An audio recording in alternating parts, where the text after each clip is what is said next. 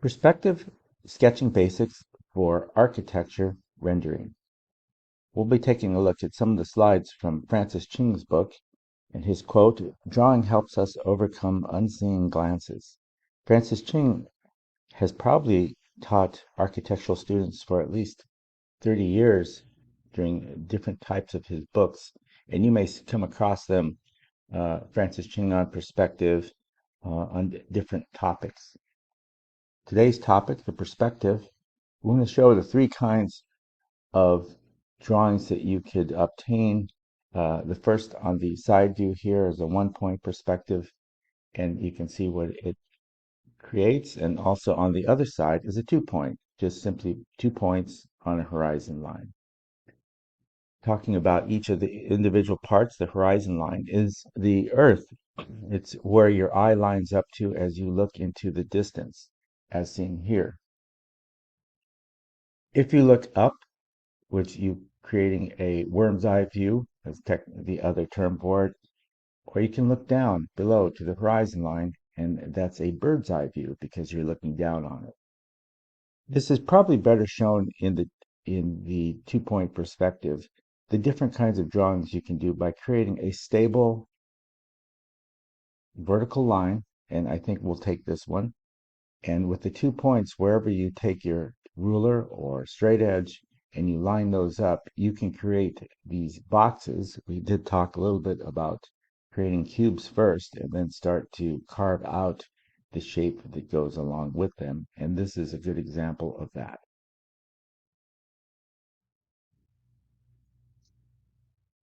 There is the idea, the horizon line always lines up where your eye is. So it's also a good idea that when you draw people to add to your perspective sketch, that the eye level hits the horizon line. And that gives you, in linear perspective, the heads of people will appear to be approximately at your eye level if they are standing or walking on the same horizontal plane as the one in which you are standing.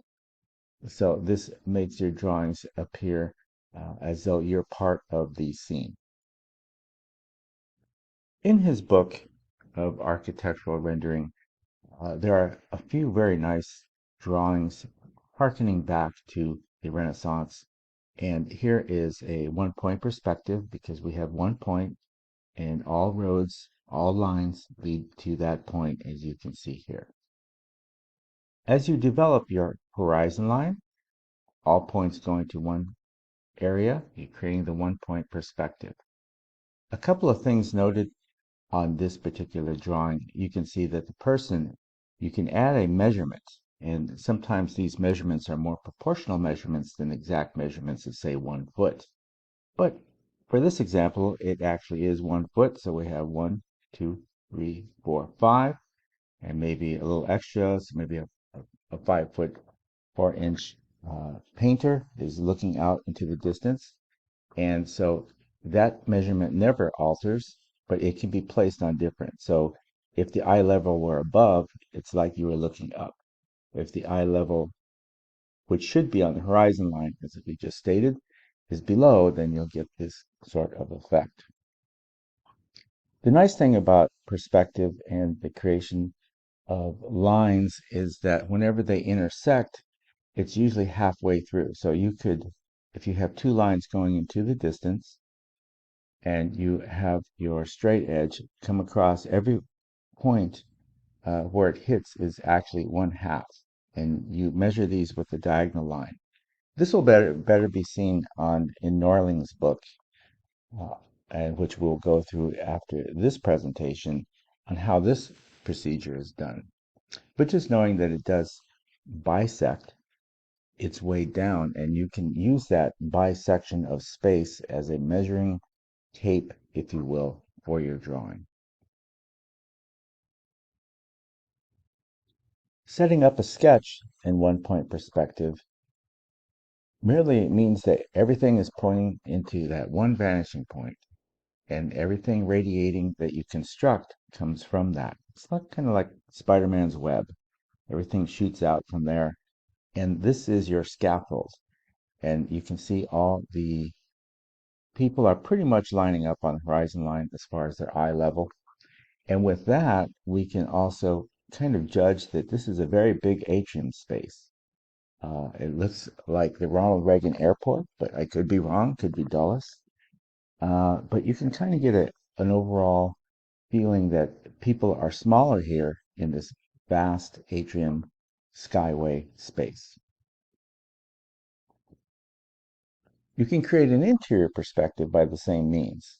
Here's an exterior where everything is going out, and this nice architectural feature is being constructed and it steps back at equal distance.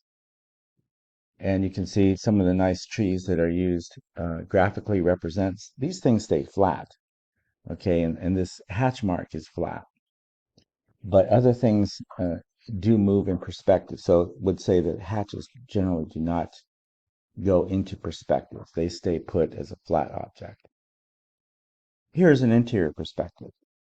Same thing, we have a everything is leading into the center point, but instead of open sky, we're having an enclosure. So we can create everything radiating into that.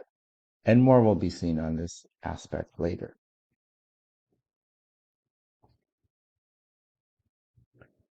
So what have we talked about thus far is an interior rendering would create, we have our center viewpoint, we have the horizon line, and we have a ground level. So it looks like we're trying to hit right in the middle of space. And so if we put the center lower, then we have to put our eye lower, right? So this could be a sitting down feature. But this is the most easiest and most typical kind of interior perspective. Simply put it in the center, radiate all lines to it. Here are the ceiling heights, floor, and everything leads into it. But knowing these rules allows you to manipulate if you wanted to have a higher center point, this you would create a different kind of drawing. One of our exercises is to show cubes in space. And it's simply know your two vanishing points, and with that, do not remove a straight edge as you draw upwards, right? So you're going to anchor on this, you're going to pull and draft, and you can create the shapes shown.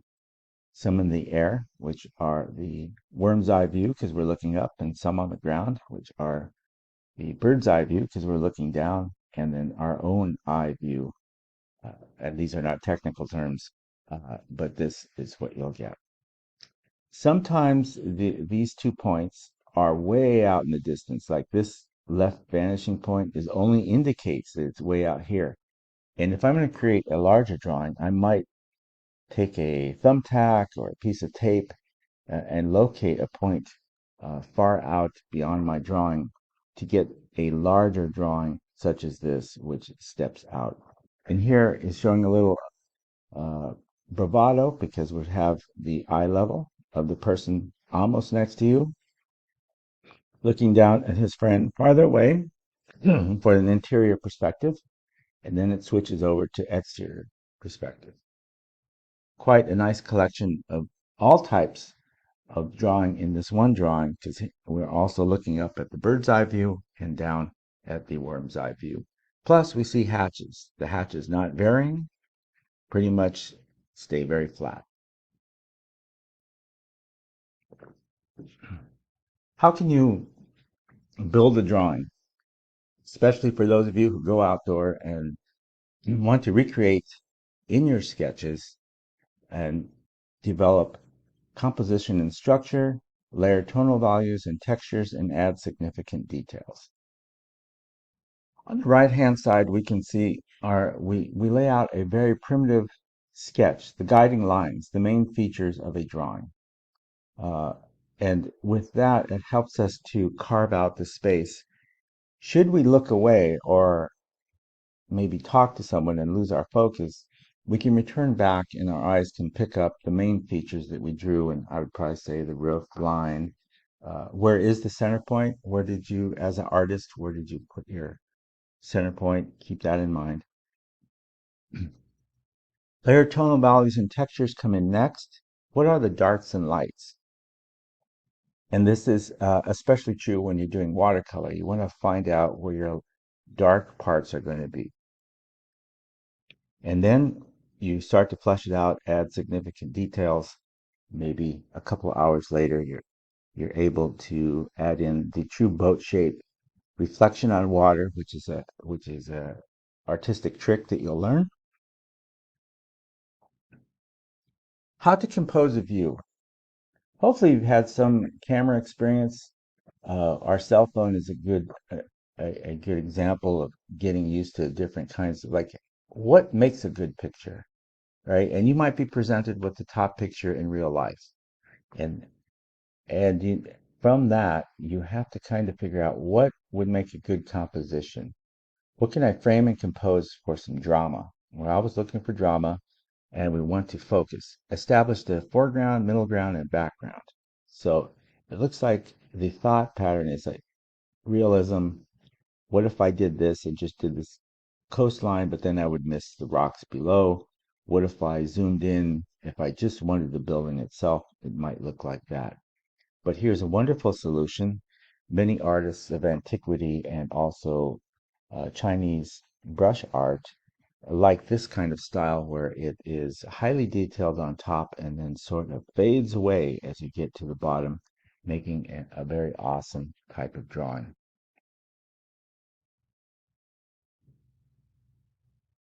Whenever you carve out space, you should establish structure.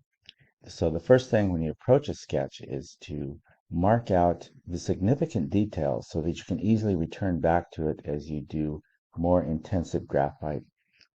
Draw the perceived large shapes, establish eye level, the horizon line, where that will be, gauge slopes of horizontal edges, identify vanishing points, and compare various parts to each other for scale. And that takes a little skill. Make sure that like things that are in the right plane will match. We can see that this is hitting downwards. We can see that they use a center point here, but they've also uh, it's kind of showing you this is the preliminary and this is the finished.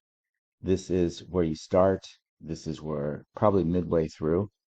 And then here is a nice procedure where things are starting to be fleshed out.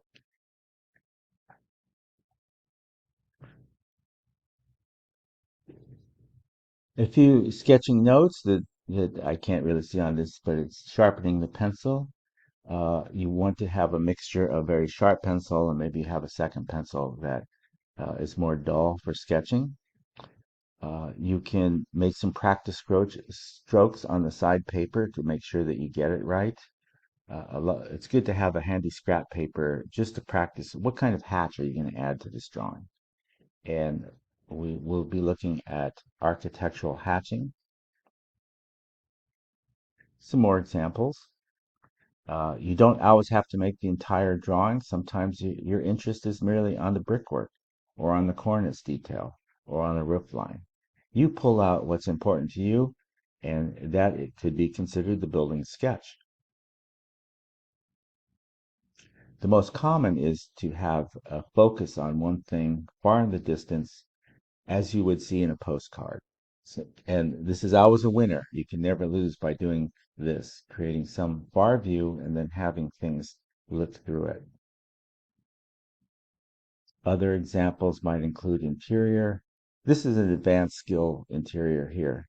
We'll be working on a little bit simpler than that, but this is where you're headed should you choose to go in this direction and pulling out significant details, yet not really finishing everything.